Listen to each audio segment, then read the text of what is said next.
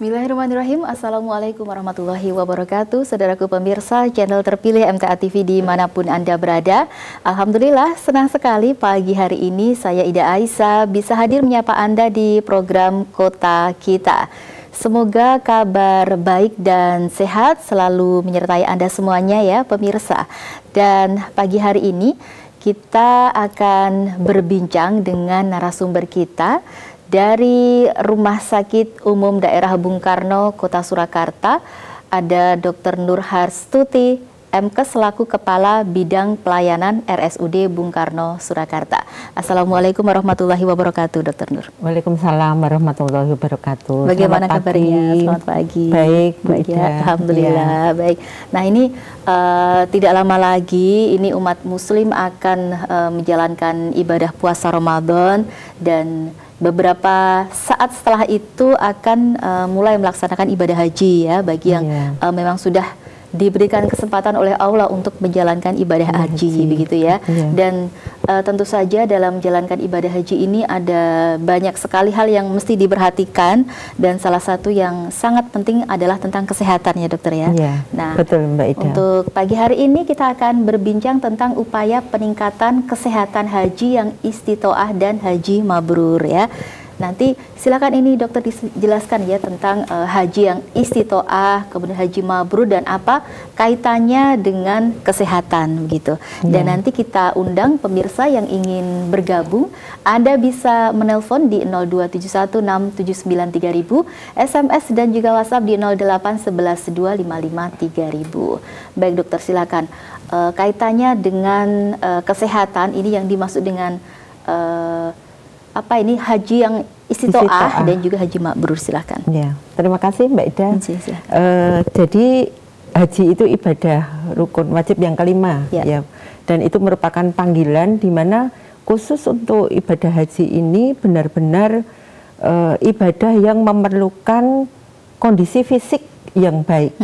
Makanya untuk calon jamaah haji perlu dipersiapkan matang-matang sehingga di pelayanan kesehatan haji itu diperlukan seorang jamaah haji itu harus benar-benar istitoah kesehatannya. Jadi yang dimaksud istitoah di sini adalah kesehatan calon jamaah haji baik itu secara fisik, ya, secara rohani, mulai dari perbekalan, keamanannya, mulai dia persiapan sebelum berangkat ke sana ke Tanah Suci, kemudian sehat di sana dan kemudian bisa kembali sehat ke Indonesia dan ini perlu dilakukan pemeriksaan yang terukur yang menjamin calon jamaah haji itu benar-benar sehat dan tentu saja ini dengan syarat mereka mampu juga tanpa menelantarkan dan wajib bertanggung jawab terhadap keluarga yang ditinggalkan. Itu yang dimaksud istitoah haji. Harapannya nanti semua jamaah haji yang berangkat ke Mekah semuanya sehat dan bisa mempersiapkan diri jauh-jauh hari sebelumnya. Baik. Nah ini kan harus mempersiapkan diri sejauh-jauhnya. Nah ini mungkin yang bisa dipersiapkan terlebih dahulu secara mandiri di rumah dalam keseharian itu seperti apa saja dokter? Ya Mbak Ida. Jadi pemeriksaan kesehatan haji itu ada 3 tahapan Bu. Jadi pada saat pertama dia mendaftar itu kita lakukan pemeriksaan kesehatan. Nah biasanya ini dilakukan di fasilitas kesehatan tingkat pertama atau di puskesmas masing-masing sesuai dengan alamat calon jamaah haji. Itu untuk mulai pertama kali mendaftar. Kemudian setelah itu pemeriksaan yang kedua itu biasanya bulan-bulan ini Bu. Jadi bulan-bulan ini kita lakukan pemeriksaan haji yang kedua dalam rangka untuk persiapan pemberangkatan nanti. Jadi biasanya untuk pemeriksaan yang kedua ini mereka sudah benar-benar mendapatkan porsi untuk berangkat. Nah, kemudian untuk pemeriksaan yang ketiga itu kita lakukan di embarkasi. Jadi mereka sudah masuk ke embarkasi. Di situ nanti akan diadakan pemeriksaan yang ketiga untuk menentukan apakah calon jamaah haji ini layak untuk terbang. Nah, itu jadi 3 tahap ini yang harus dilalui. Baik. Nah, kalau untuk tahap yang pertama tadi ketika mendaftar pertama kali ya. Ini kan padahal jaraknya ini bisa puluhan tahun ya, antara yang pemeriksaan pertama dan kedua. Dan apakah dimungkinkan ketika dia baru mendaftar yang pertama kali ini, kemudian diputuskan oh ini tidak layak untuk berangkat? Apakah langsung seperti itu atau mungkin nanti masih ada tahapan lagi? Iya. Jadi di pemeriksaan yang pertama itu benar-benar kita masuknya di upaya preventif promosi. Jadi begitu jamaah haji yang pertama itu kita periksa, biasanya di puskesmas, kemudian di situ akan kelihatan apakah jamaah haji ini tidak beresiko ataukah beresiko. Misalnya dia punya riwayat hipertensi atau DM. Nah, dari pemeriksaan yang pertama ini nanti akan kita upayakan preventif. Biasanya kita lakukan edukasi kepada mereka untuk selalu kontrol kesehatan secara rutin. Kalau di promosi kesehatan itu ada istilahnya cerdik, Mbak. Jadi cerdik ini ada singkatannya. Cek kesehatan secara berkala. Itu kemudian E-nya nyahkan asap rokok. Jadi calon jamaah haji yang biasanya sering merokok, kalau bisa tidak merokok. Kemudian R-nya rajin berolahraga.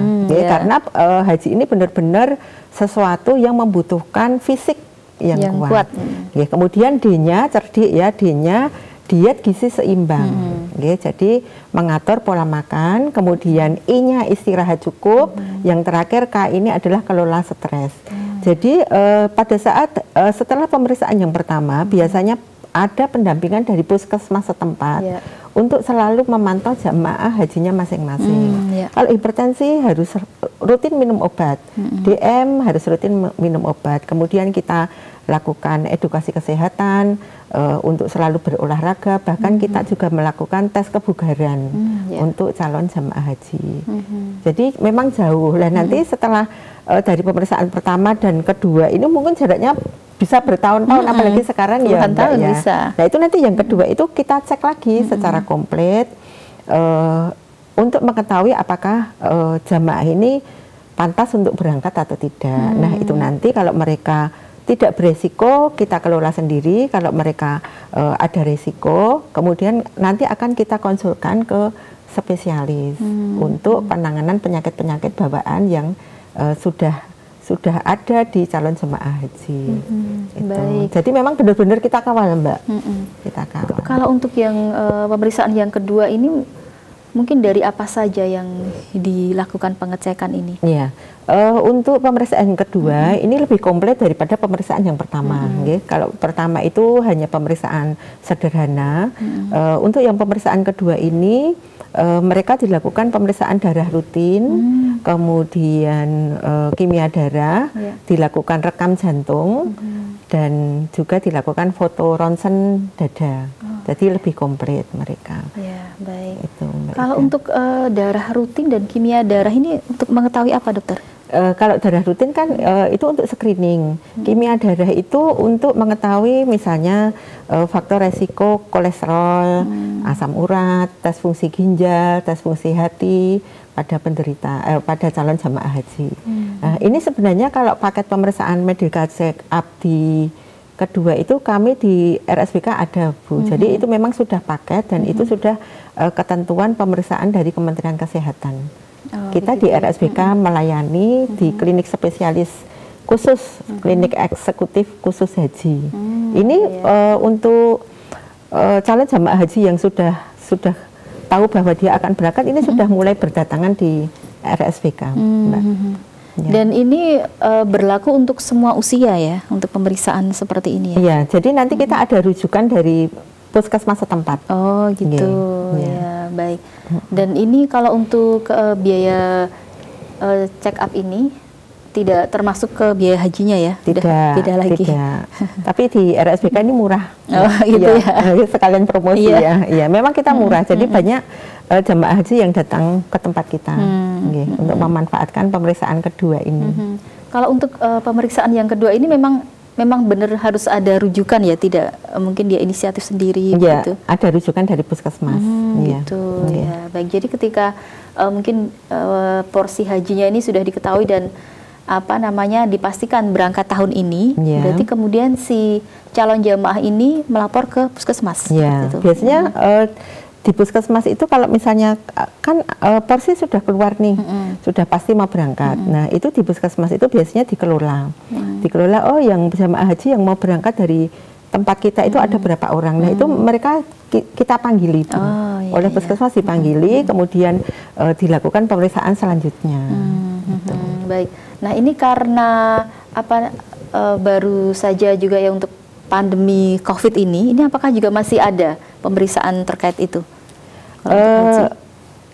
Untuk saat ini memang alhamdulillah ya ini sudah 2 kali ya setelah pandemi ya. Kemarin tahun 2022, kemudian ini tahun 2023. Jadi memang ini untuk pemeriksaan kali ini memang agak ketat Bu, dan syaratnya calon jamaah haji yang mau berangkat syaratnya sudah vaksinasi booster.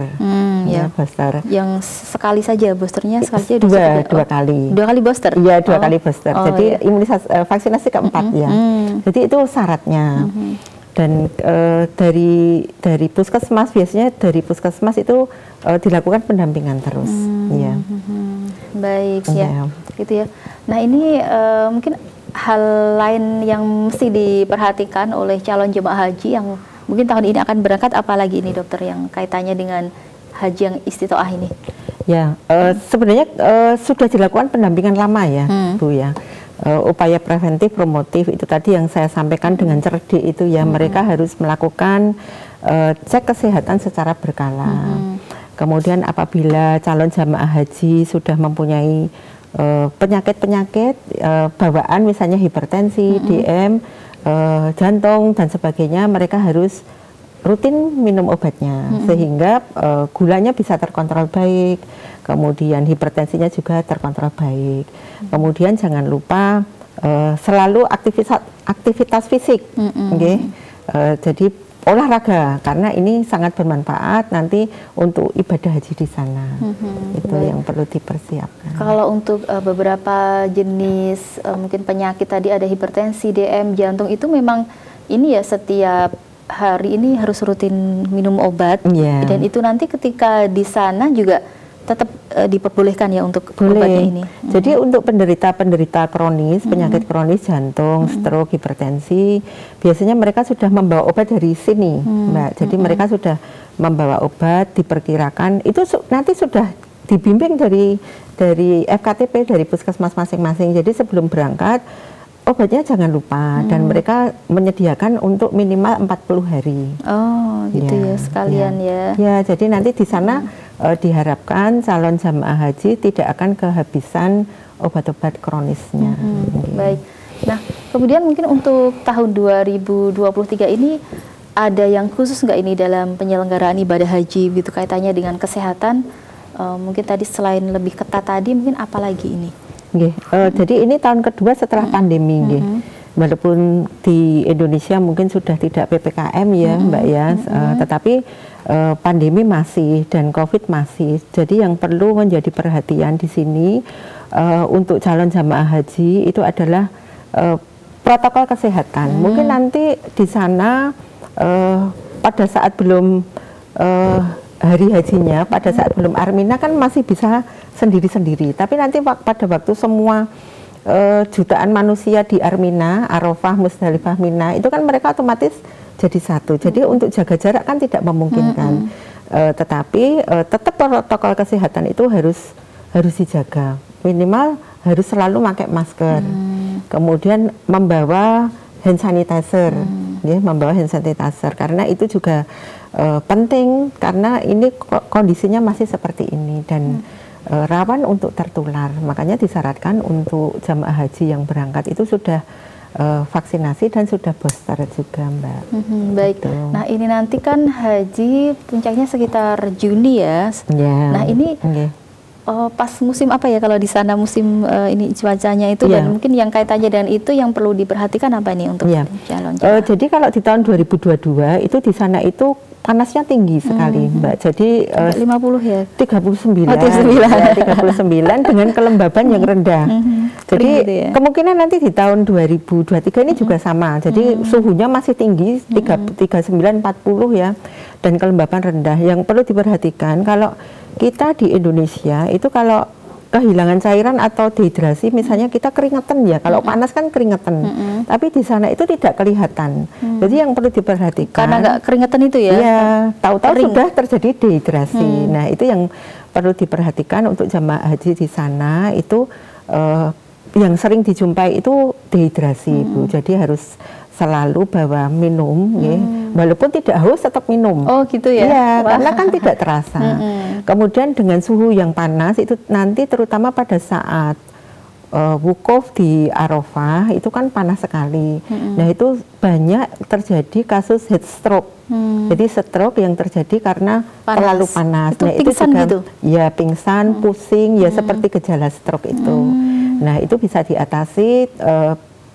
Calon jamaah haji nanti di sana itu benar-benar kalau ini belum wajibnya haji itu menyimpan energi, jangan sampai nanti pada saat wajibnya intinya malah kita sakit gitu.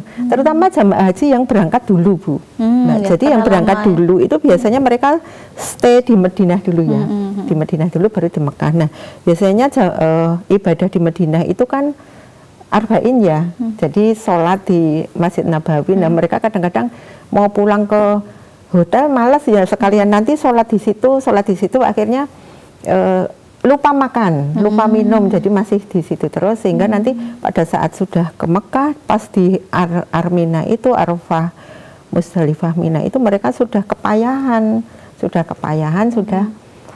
energinya sudah habis. Padahal itu yang inti hajinya kan di situ. Jadi ini yang perlu diperhatikan oleh jamaah haji. Iya. Kalau kaitannya dengan suhu yang cukup panas tadi, selain selalu bawa minum, itu mungkin pelindung diri apa yang juga mesti disiapkan dari tanah air? Oke, jadi yang perlu disiapkan terutama ya untuk ini ya. Misalnya untuk kulit ya, untuk kulit ya itu memakai sunblock harus sering-sering. Harus sering-sering itu ya? Iya, harus sering-sering. Dan kalau di sana mungkin SPF-nya yang berapa, dokter? Sebenarnya kalau SPF, kalau setahu saya itu sebenarnya jarak lamanya itu sebenarnya nggak begitu berpengaruh ya, Bu. Tapi harus sering-sering pakai, gitu ya, diulang-ulang. Kemudian biasanya membawa semprotan air itu untuk kelembaban kulit, ya itu jadi sering. Itu air aja isinya? Iya, air aja. Itu biasanya dari petugas haji mereka juga sudah menyiapkan itu. Jadi kalau mereka misalnya, tiba-tiba kalau terjadi dehidrasi, heat stroke itu disemprot pakai itu. Gitu ya. Kadang-kadang ada yang bawa kain ya dikasih air terus ditaruh di muka. Oh gitu ya. Iya. Baik. Ya. Termasuk kalau ini ya karena saking panasnya itu kan mungkin bibir pecah-pecah, termasuk kulit-kulit, tangan ini juga berarti butuh pelembab, lotion pelembab. Iya. Baik. Nah, kalau kaitannya dengan ini ya, mungkin balik lagi ketika persiapan di tanah air, tadi kan harus olahraga yang teratur begitu ya. Nah, mungkin kalau untuk yang sebagian jemaah haji kita ini kan nanti usia 60-an ya ke atas begitu ya. Ini mungkin olahraga yang disarankan apa, dokter? Iya. Jadi sebelum haji berangkat itu kita adakan tes kebugaran. Jadi mereka jalan sepanjang 1,6 kilo. 1,6 kilo. Jadi nanti diukur di situ tes kebugarannya apakah yang bersangkutan ini bugar atau tidak, ya bugarnya normal, sedang atau kurang. Tetapi ini bisa dilatih, Mbak. Jadi mereka harus sering jalan, karena nanti di sana kan banyak jalan, jalan di tawaf, jalan. Kemudian pada saat sa'i juga jalan, dari Safa Marwah itu juga jalan. Kemudian waktu di Mina itu juga. Di Mina itu mau lempar jumroh itu juga malah jalannya sekitar 2,5 kilo di terowongan Mina itu. Dan itu naik sebenarnya, Mbak, tapi naiknya itu nggak kelihatan. Jadi kalau itu nggak benar-benar diperhatikan jamaah haji sebelumnya tidak persiapan makan, bawa minum, bisa-bisa terjadi dehidrasi di situ, terjadi pingsan, itu sering kejadian di situ. Baik ya. Jadi ini ya banyak jalan tadi ya intinya ya untuk kalau untuk ketika tesnya tadi 1,6 km itu untuk masing-masing kecepatannya tidak ini ya, maksudnya bebas saja gitu. Yang penting nanti bisa diketahui oh kuatnya sampai seberapa gitu. Sebenarnya 1,6 kilo itu harus diselesaikan, Mbak. Oh, gitu. Harus diselesaikan. Jadi nanti ada tabelnya tes kebugaran itu. Kalau selesai dalam waktu, misalnya saya lupa ya tabelnya itu, misalnya selesai dalam 15 menit, berarti yang bersangkutan mungkin jalannya cepat ya, bahkan bisa lari. Itu berarti nanti masuk di kebugarannya bagus. Bagus ya. Kalau misalnya dia sampai mungkin 30 menit, nah nanti di situ kebugarannya kurang, jadi ada tabelnya. Tes kebugaran, tes rapot namanya. Baik, jadi ini sebagai gambaran ya. Nanti apa namanya yang mesti dilakukan tuh apa gitu ya ketika ini persiapan. Baik, nanti disambung di sesi yang kedua, dokter ya. Kita jeda dulu dan pemirsa tetap bersama kami di program Kota Kita. Kami akan segera kembali setelah beberapa informasi berikut ini.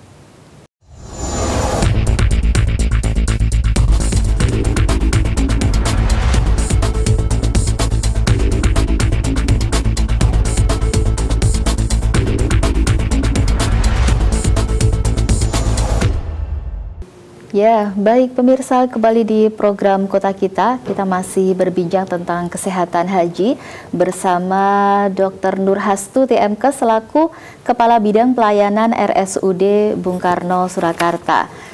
Nah, kita berikan kesempatan untuk pemirsa yang ingin bertanya ya tentang tema kita hari ini. Anda bisa menelpon ke 02716793000, SMS dan juga WhatsApp di 08112553000.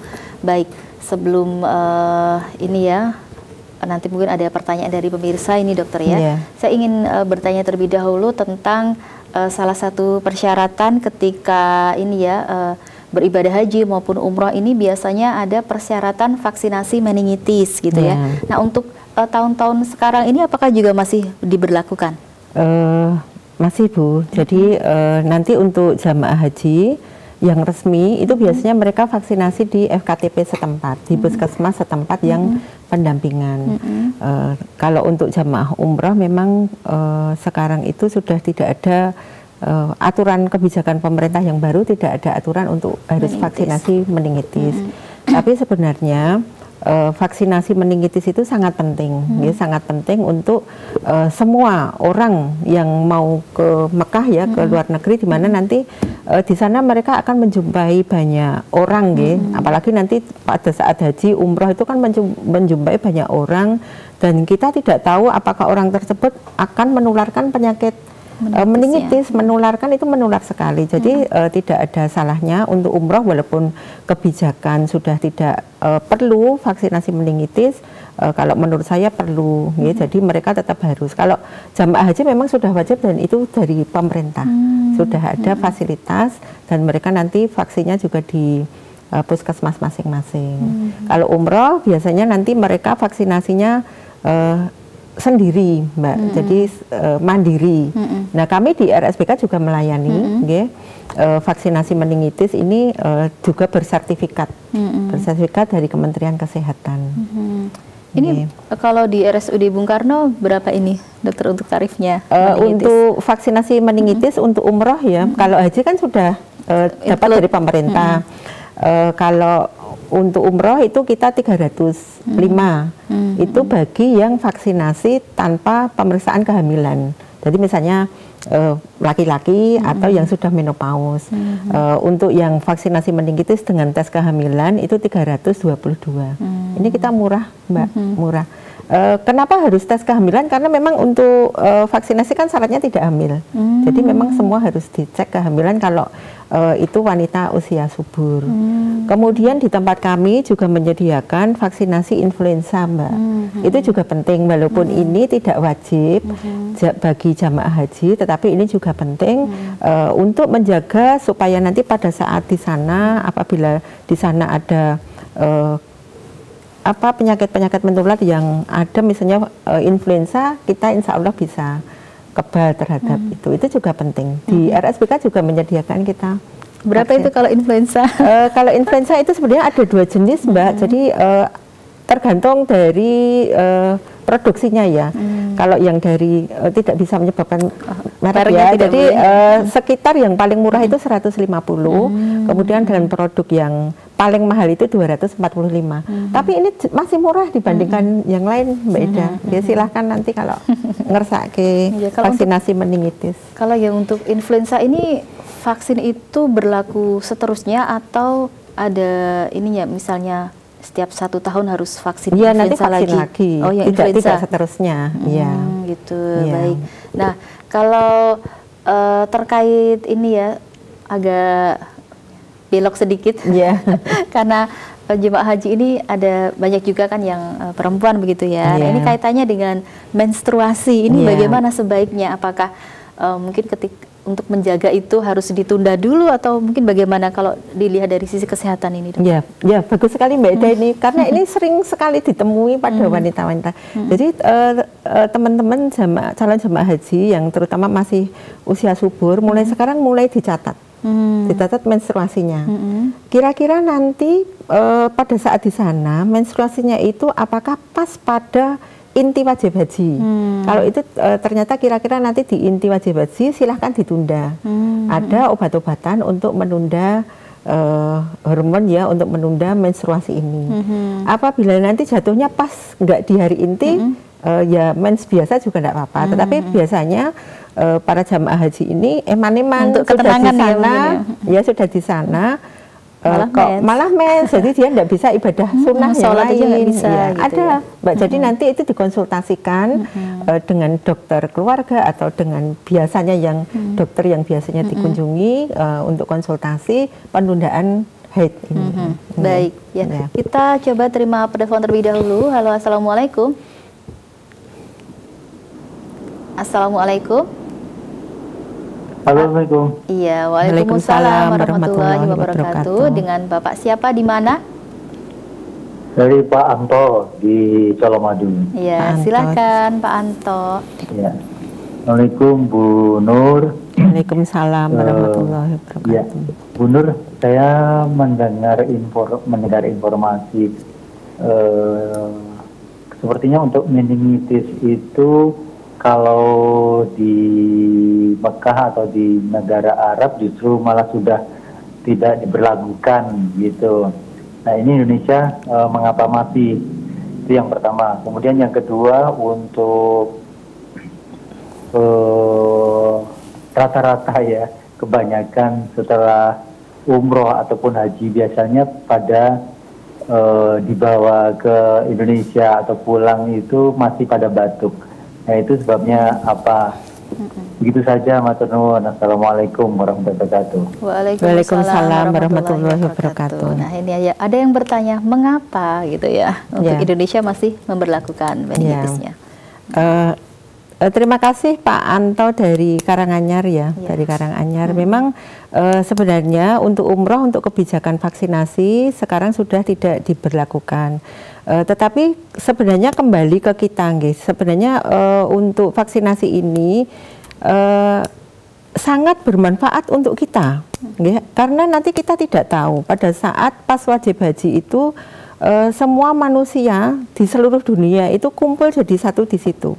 Kita tidak tahu apakah mereka nanti akan membawa penyakit menular yang akan menular ke kita. Jadi itu sebenarnya sangat penting untuk kita untuk menolak apabila ada penyakit menular di sana. Kan kita tidak tahu. Jadi pencegahan itu lebih baik daripada nanti kita di sana kena kemudian tidak tertolong.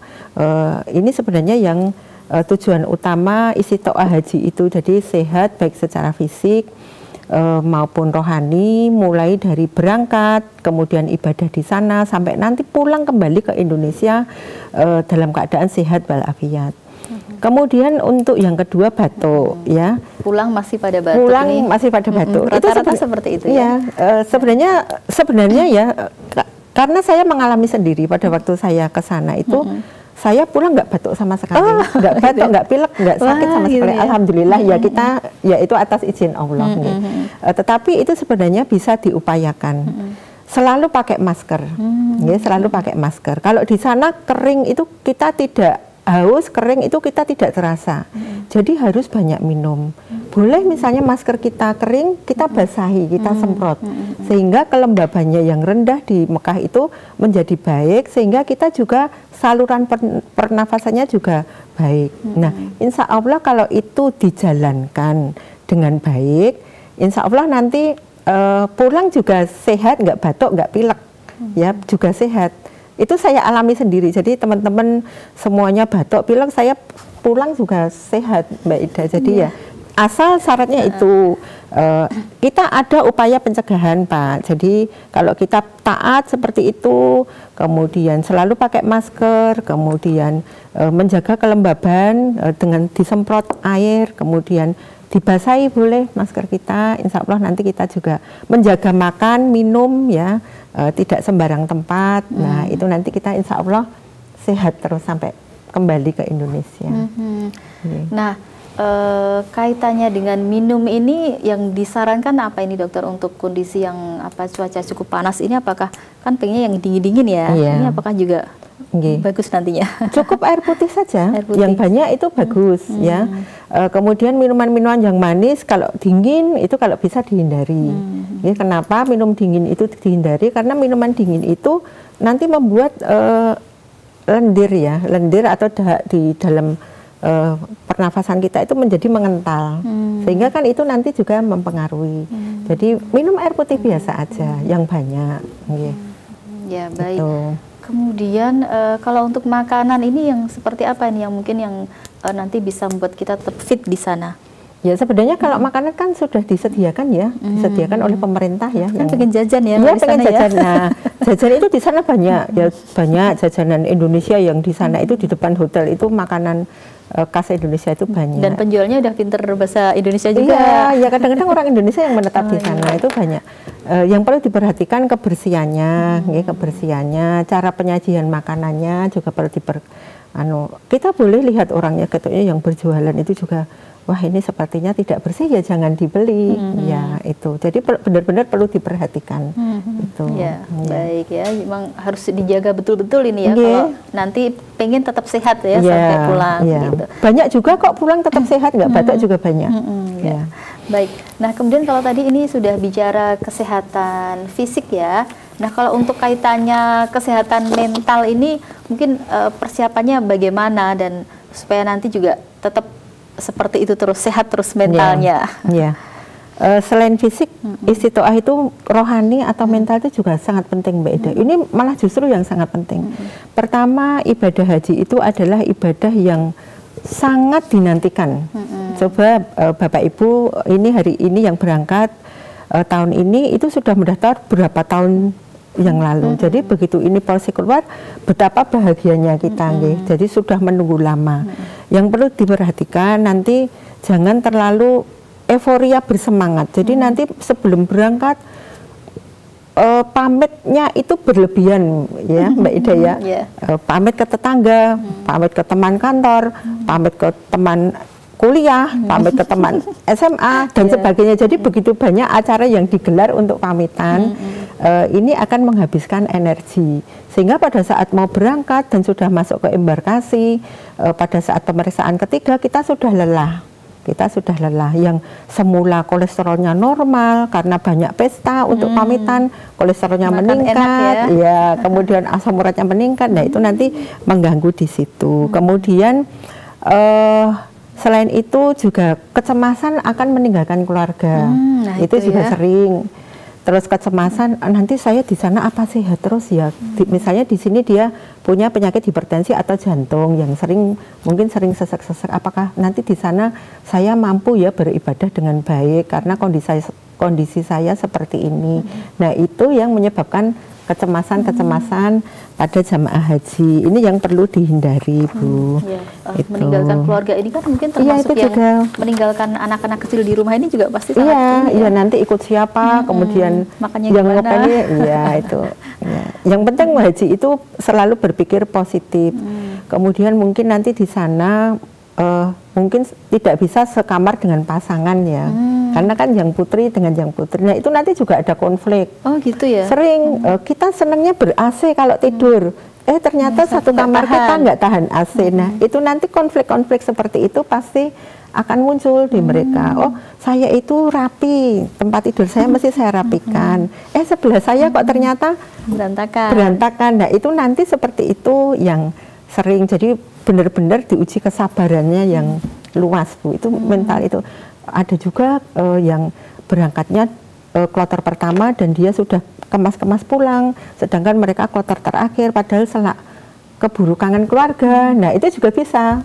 Selak kepengen pulang, itu teman saya sudah pulang, saya belum pulang, padahal dia kloter terakhir. Itu juga banyak kasus seperti itu yang membuat mereka stres, tidak bisa tidur, keburu kepengen sampai ke Indonesia, tetapi memang belum jatahnya untuk pulang. Itu banyak kejadian seperti itu.